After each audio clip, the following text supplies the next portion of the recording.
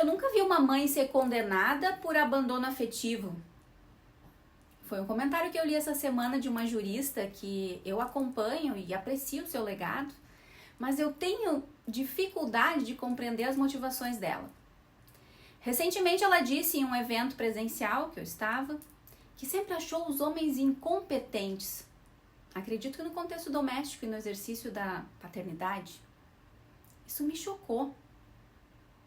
E quando ela defende que o pai seja mais participativo no cuidado, depois do divórcio, o discurso é no sentido punitivo desses pais, para empoderar as mães.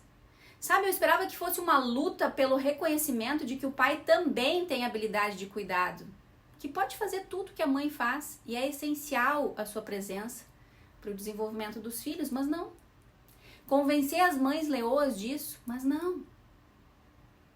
Eu não sei se por medo de cancelamento, mas ela discorre no sentido de que as mulheres devem exigir que os homens participem mais do cuidado, em vez de reconhecer que eles também querem e clamam por isso.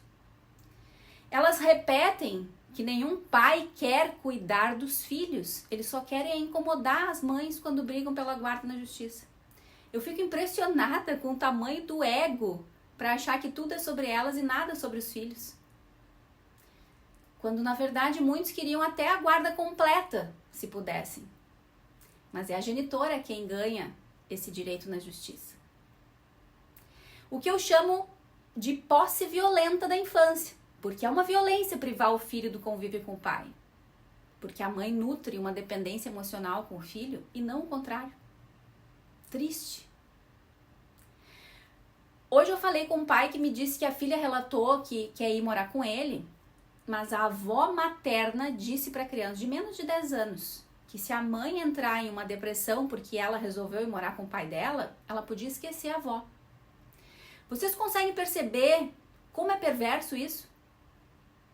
E não raro, coisas horríveis acontecem quando a mãe privilegia o padrasto em vez do pai biológico.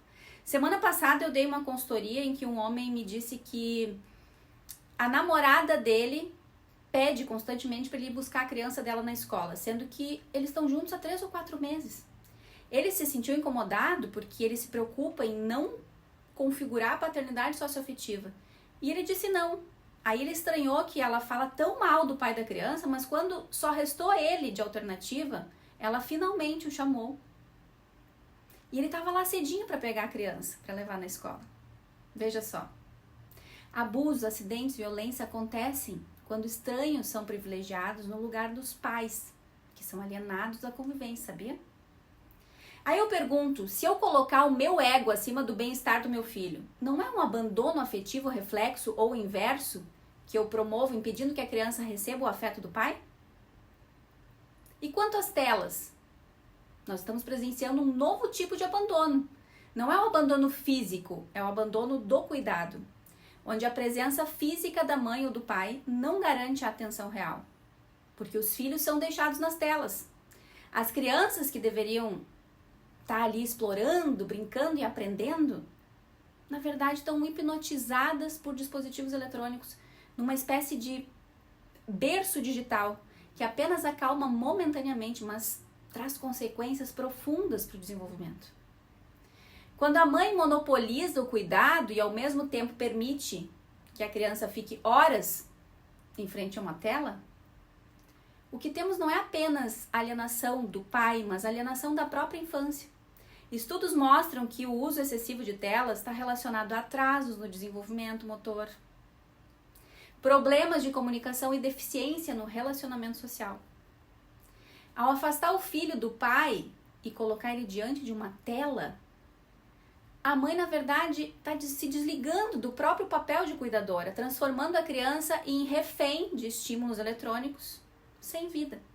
E o mais grave é que nós não vemos genitoras sendo responsabilizadas por esse tipo de abandono, porque até agora ninguém teve coragem de processá-las. Será que esse não é um novo tipo de abandono afetivo? Será que não chegou a hora de reconhecermos que privar a criança do afeto do pai e do contato humano genuíno é sim uma forma de negligência?